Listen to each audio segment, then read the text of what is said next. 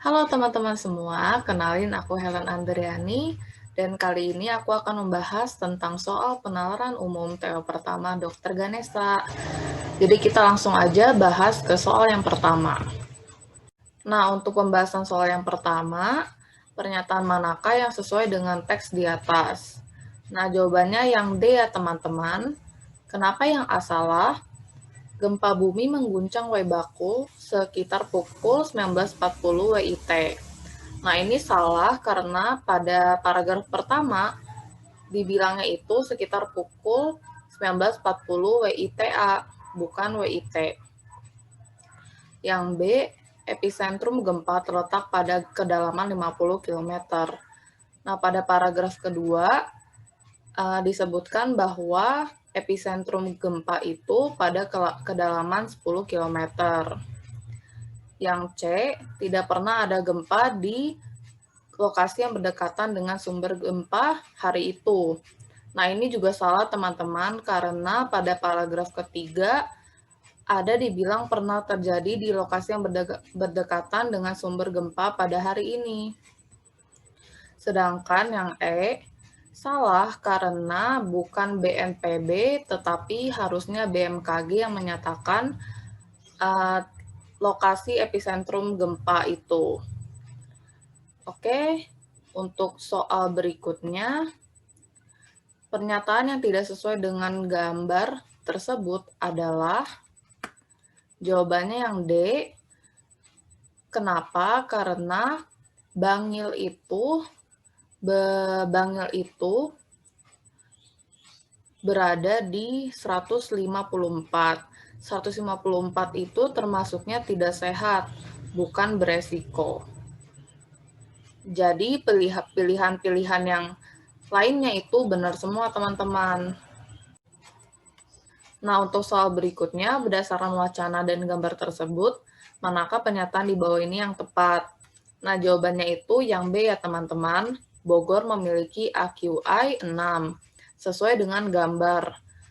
Gambarnya itu Bogor ada di AQI-nya 6. Sedangkan kalau yang A itu, perakiraan air visual dapat mempertimbangkan peristiwa luar biasa.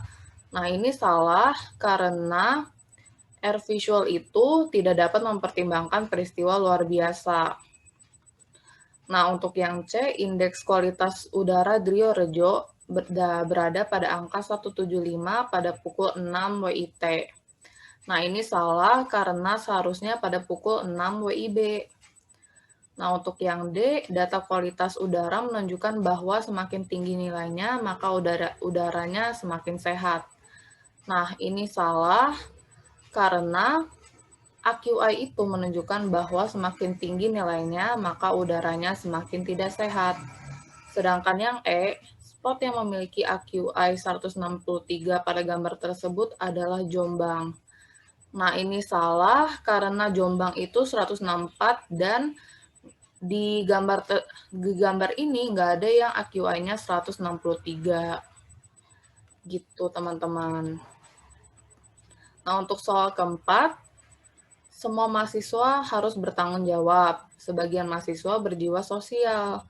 Kesimpulan yang tepat adalah yang C ya teman-teman, sebagian mahasiswa yang bertanggung jawab juga berjiwa sosial. Yang A kenapa salah? Karena yang A itu menyatakan bahwa semua mahasiswa berjiwa sosial.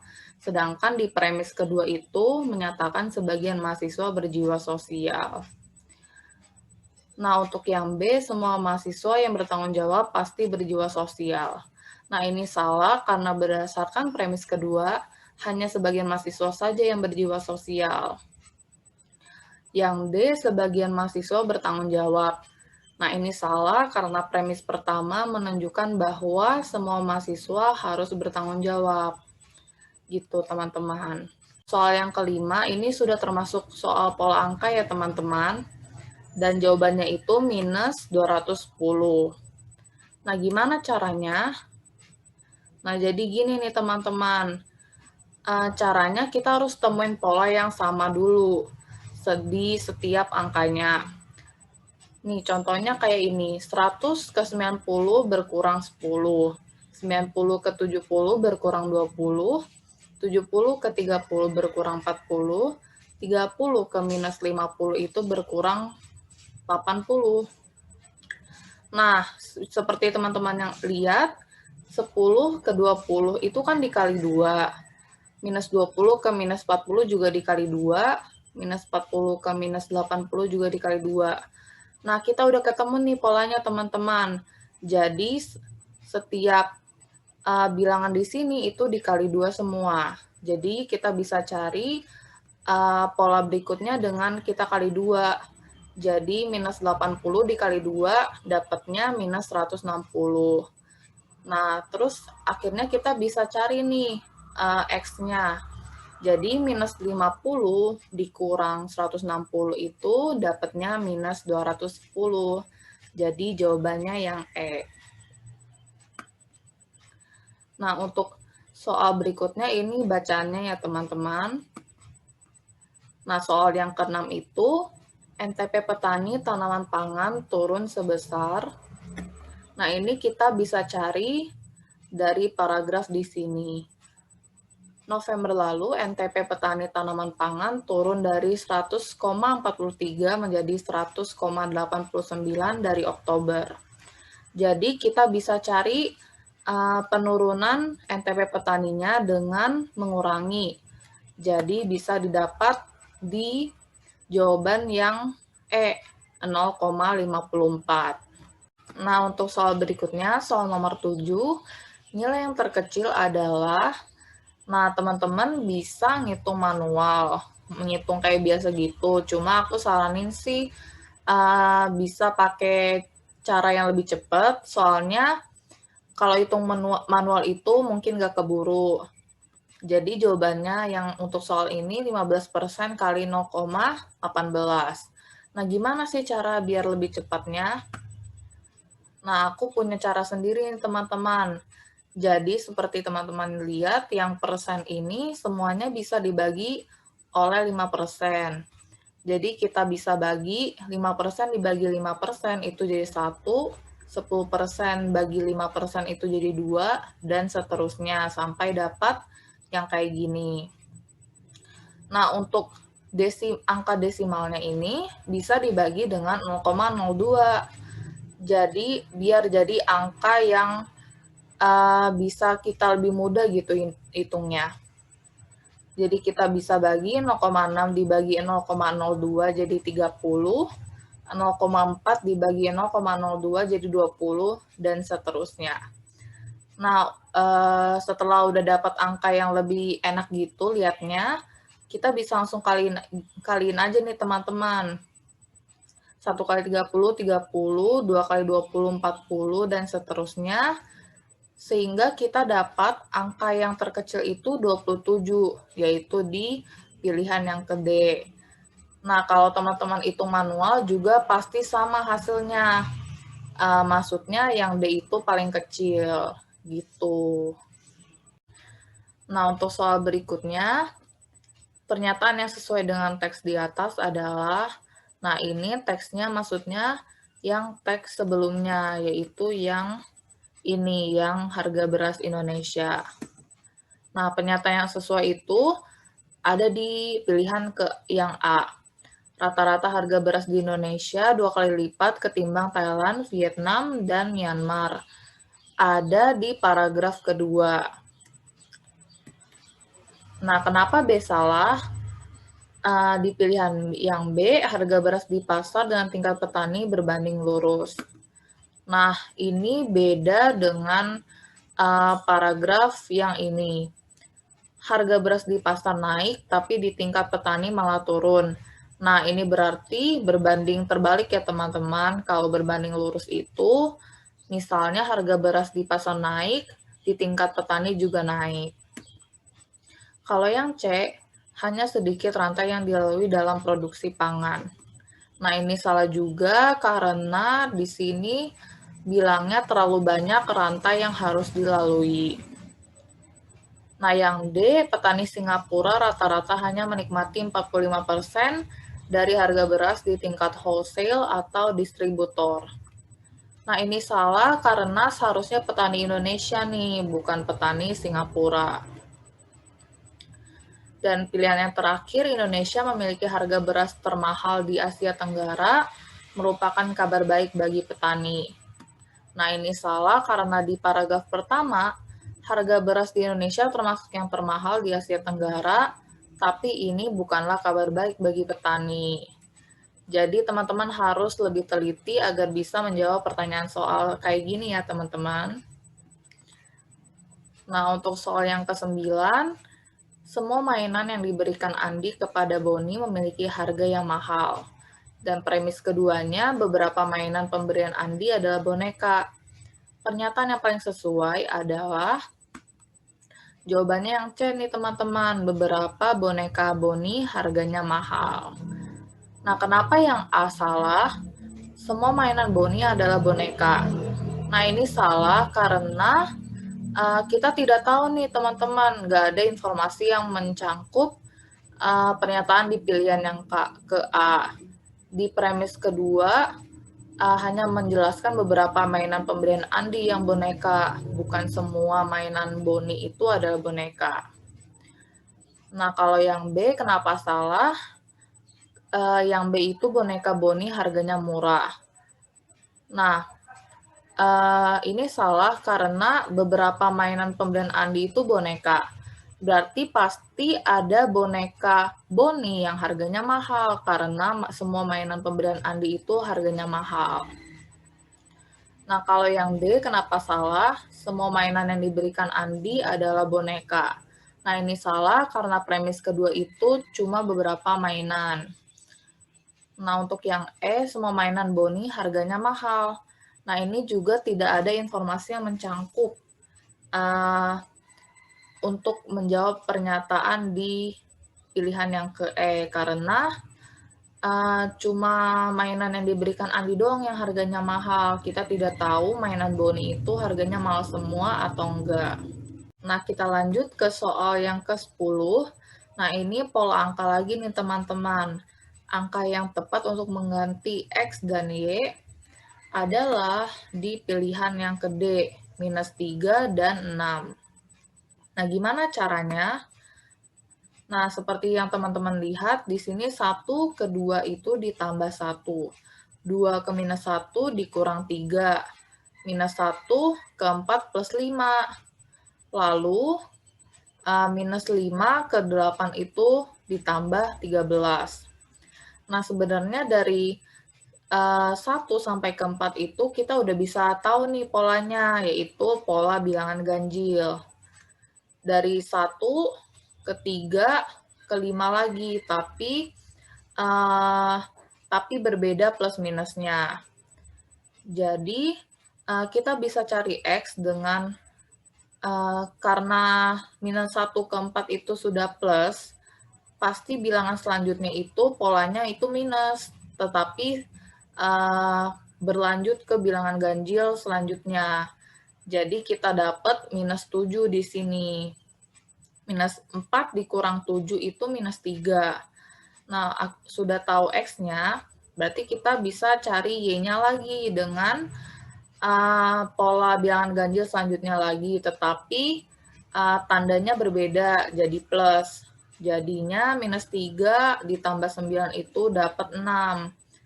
Nah, polanya udah kayak gini, dan udah lengkap, berarti kita bisa lihat nih polanya. Ini ganjil semua ya teman-teman, tetapi tandanya itu beda.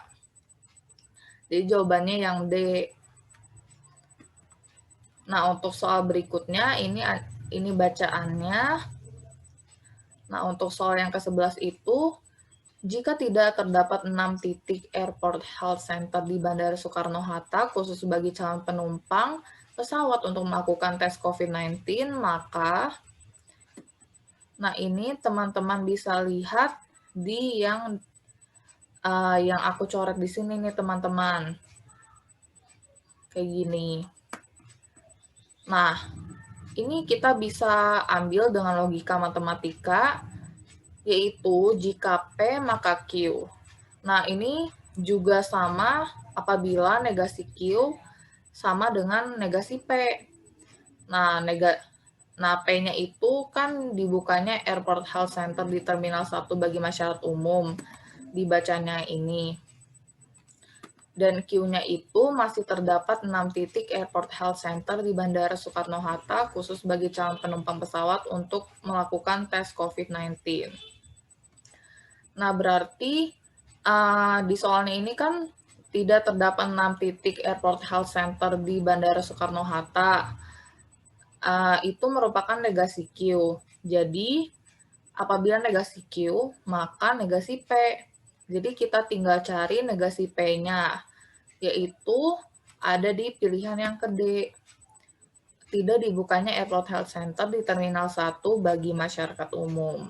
Yang berikutnya, soal nomor 12. Pernyataan berikut ini yang tidak tepat dengan bacaan di atas. Nah, ini itu merujuk ke bacaan yang ini. Nah, yang tidak sesuai itu ada di pilihan B. Kenapa? Di sini bilangnya itu PT Angkasa Pura III, tetapi dibacaannya PT Angkasa Pura II. Jadi yang B salah. Oke, pilihan yang lain udah bener nih teman-teman. Jadi teman-teman harus teliti banget. Nah, untuk soal berikutnya, soal nomor 13, dan juga aku gabungin dengan soal 16, karena tipenya nih sama kan ya. Jadi yang nomor 13 itu mengikuti perhitungan dari segitiga pertama, angka yang tepat untuk mengartikan X pada segitiga kedua, yang ini adalah, nah jawabannya itu 110. Nah, dapat dari mana sih? Nah, begini ya caranya nih teman-teman. Jadi teman-teman asumsiin dulu, teman-teman mau cari cara buat nyari angka yang mana dulu nih. Nah, di sini aku asumsiin mau cari cara buat tahu nih dapat angka yang di tengah itu kayak gimana. Nah, teman-teman bebas mau cari cara buat dapat angka yang di sini, di sini, di sini atau di sini, itu bebas. Nah, caranya itu 18 dibagi minus 2 itu kan dapatnya minus 9. Lalu biar jadi 1 di sini dapatnya dari 10 ditambah minus 9 itu akhirnya dapat 1. Nah, karena soalnya bilang perhitungannya sama, di segitiga 1 dan segitiga 2 itu sama, jadi kita bisa cari nih teman-teman. Kan polanya itu yang atas dibagi yang kiri dulu, baru ditambah yang kanan. Jadi bisa kita aplikasiin di segitiga yang kedua. Jadi X dibagi 5 dulu, baru ditambah 3 sama dengan 25. Lalu 3-nya kita pindahin ke kanan jadi minus 3, 25 kurang 3 itu 22, X jadinya X bagi 5 sama dengan 22, lalu 5-nya kita pindahin ke kanan, jadinya X sama dengan 22 kali 5, jadi akhirnya kita dapat X sama dengan 110. Nah, kita bisa buktiin lagi dengan cara 110 dibagi 5, itu 22. 22 ditambah 3 itu 25. Jadi sama ya teman-teman. Nah, untuk soal nomor 16 ini juga tipenya sama. Segitiga 1 juga sama kayak segitiga 2. Tapi caranya nih berbeda nih teman-teman. Nah, untuk yang Y ini jawabannya 32. Dapatnya dari kita cari, aku asumsiin lagi nih mau cari cara buat dapat angka yang di tengah. Jadi minus 54 dibagi minus 2 itu dapatnya kan 27. 27 dikali 9 dapatnya 243. Jadi polanya yang atas dibagi yang kiri baru dikali yang kanan. Nah, ini sama aja kayak segitiga pertama, jadi di segitiga kedua itu Y dibagi 8, lalu dikali 4 sama dengan 16. 4-nya kita pindahin ke kanan, jadi 16 bagi 4 itu 4.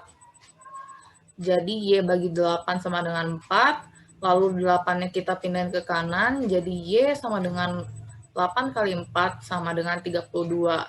Nah, kita bisa uji lagi, 32 dibagi 8 itu 4, 4 dikali 4 sama dengan 16. Jadi jawabannya itu yang C, 32. Nah, untuk soal berikutnya, bacaan lagi. Nah, soal nomor 14, pernyataan yang sesuai dengan bacaan di atas adalah yang nih teman-teman. Asesmen nasional dirancang untuk memantau dan mengevaluasi sistem pendidikan dasar dan menengah, sedangkan prestasi siswa dievaluasi oleh pendidik dan satuan pendidikan.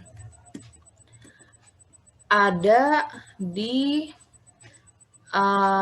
yang ini nih teman-teman, yang aku highlight kuning ini. Asesmen nasional dirancang, nah di sini nih teman-teman. Nah, kenapa A salah? P2G meminta Kemdikbud membatalkan rencana pelaksana asesmen nasional pada April 2021. Nah, ini salah karena harusnya itu pada Maret 2021. Untuk yang B, sosialisasi kepada orang tua, guru, dan siswa sudah cukup. Nah, ini juga salah karena sosialisasi kepada siswa, orang tua, dan guru masih sangat minim nih di bacaannya. Untuk yang C, Wakil Ketua Komisi 11 DPR Abdul Fikri Fakih. Nah, ini juga salah karena seharusnya itu Wakil Ketua Komisi ke-10 nih, bukan yang ke-11. Nah, untuk yang D, pemerintah mengumumkan surat keputusan bersama Menteri Pendidikan dan Kebudayaan, Menteri Agama, Menteri Keuangan, dan Menteri Dalam Negeri tentang panduan pembelajaran di masa pandemi COVID-19. Nah, ini juga salah karena seharusnya itu bukan Menteri Keuangan, tapi harusnya Menteri Kesehatan nih teman-teman. Habis Menteri Agama itu Menteri Kesehatan. Tetapi di pilihannya Menteri Keuangan nih. Jadi yang benar itu yang E.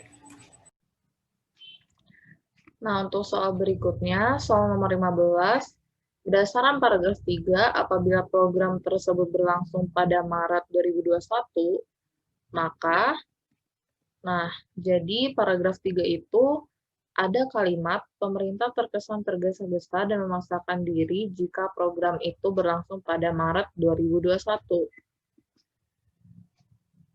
Nah, apabila program tersebut berlangsung pada Maret 2021, nah jadi apabila program tersebut berlangsung pada Maret 2021 itu adalah P. Dan Q-nya itu berarti ada di pemerintah terkesan tergesa-gesa dan memaksakan diri. Nah, ini kan tadi yang P-nya. Berarti ini Q-nya. Jadi kita bisa menjawab soal ini di pilihan yang D. Pemerintah terkesan tergesa-gesa dan memaksakan diri. Sesuai dengan logika matematika, jika P maka Q. Soal berikutnya, soal nomor 17, karena soal 16 tadi kan udah. Jika saya rajin, maka saya lulus SBMPTN. Saya tidak rajin belajar. Kesimpulannya adalah, nah kesimpulannya itu tidak dapat disimpulkan. Nah, kenapa? P-nya itu kan jika saya rajin. P-nya itu saya rajin, maaf. Q-nya itu saya lulus SBMPTN. Tetapi malah di soalnya itu saya tidak rajin belajar. Atau bisa dibilang negasi P. Nah, apabila negasi P itu, maka tidak dapat disimpulkan. Kalau yang bisa disimpulkan itu negasi Q. Kalau negasi Q berarti kesimpulan berarti makanya itu negasi P. Tetapi karena ini negasi P berarti tidak dapat disimpulkan. Gitu nih teman-teman. Untuk soal nomor 18, berdasarkan grafik, kontribusi cukai hasil tembakau terhadap penerimaan negara paling sedikit terjadi pada tahun 2011. Nah, teman-teman bisa lihat dari grafik ini, yang paling pendek itu ada di tahun 2011. Berarti ini yang paling sedikit, di tahun ini yang paling sedikit kontribusi cukainya. Nah, soal nomor 19, pernyataan yang benar tentang bacaan dan grafik tersebut adalah jawabannya itu yang C. Nah, kenapa yang A salah? Pertumbuhan sektor setoran cukai rokok rata-rata lebih tinggi 3,4% ketimbang pertumbuhan penerimaan negara pada tahun 2010 sampai 2020. Nah, ini salah karena seharusnya itu 10 tahun terakhir, yaitu 2010 sampai 2019, nggak sampai 2020. Nah, untuk yang B, tahun 2011, kontribusi cukai tembakau sebesar 5,8% terhadap penerimaan negara. Nah, ini salah karena tahun 2011 itu dia itu lebih dari 6%. Lebih dari 6% dari garisnya ini, berarti tidak mungkin kurang dari 6% atau nggak mungkin 5,8% gitu. Yang C kenapa benar? Jumlah tahun saat kontribusi cukai tembakau lebih dari 8% itu ada 6. Nah, bisa dilihat dari grafiknya itu, yang lewat dari garis batas 8% itu ada tahun 2015, 2016, 2017, 2019, 2020, dan 2021. Berarti benar ya jumlahnya 6. Yang D, kenapa salah? Bulan lalu Menteri Keuangan Sri Mulyani Indrawati mengumumkan kenaikan cukai rokok rata-rata 12,5%. Nah, ini salah karena seharusnya itu pekan lalu, bukan bulan lalu. Dan pilihan yang terakhir, kontribusi cukai rokok tidak terlalu signifikan untuk menopang anggaran. Nah, ini salah karena kontribusi penerimaan cukai rokok menjadi sangat penting untuk menopang anggaran. Nah, seperti yang teman-teman udah tahu, signifikan itu sinonimnya penting. Jadi, bukan tidak terlalu penting, tapi sangat penting. Nah, untuk soal yang terakhir, soal nomor 20, untuk mengecat satu dinding, Eren membutuhkan waktu 9 jam untuk menyelesaikannya sendiri, sedangkan Erwin membutuhkan waktu 6 jam untuk menyelesaikannya sendiri. Apabila keduanya bekerja bersama-sama, berapa lama yang dibutuhkan untuk menyelesaikan satu dinding? Nah, jawabannya itu 216 menit. Gimana caranya? Nah, untuk menyelesaikannya kita perlu pakai perbandingan terbalik. Nah, kenapa? Karena makin banyak orang yang kerjainnya, pastinya bakal makin sedikit nih waktu yang dibutuhkan untuk menyelesaikan pekerjaan tersebut. Jadi, kita pakainya perbandingan terbalik. Nah, kita perlu umpamain dulu waktu mereka bersama-sama mengerjakan itu jadi N. Nah, cara cari N-nya itu bisa didapat dengan 1/N sama dengan 1/6. 6 itu waktu yang Erwin butuhkan untuk menyelesaikannya sendiri, ditambah 1/9. 9 itu didapat dari waktu yang Eren butuhkan untuk menyelesaikannya sendiri. Nah, habis itu kita samakan penyebutnya jadi 18, kan 18 itu bisa dibagi 6 atau enggak bisa dibagi 9. Jadi 1/N sama dengan 3/18 tambah 2/18, dapatnya jadi 5/18 jam. Tetapi ini kan masih 1/N. Untuk mencari N-nya, kita harus balik. Jadi 18/5 jam.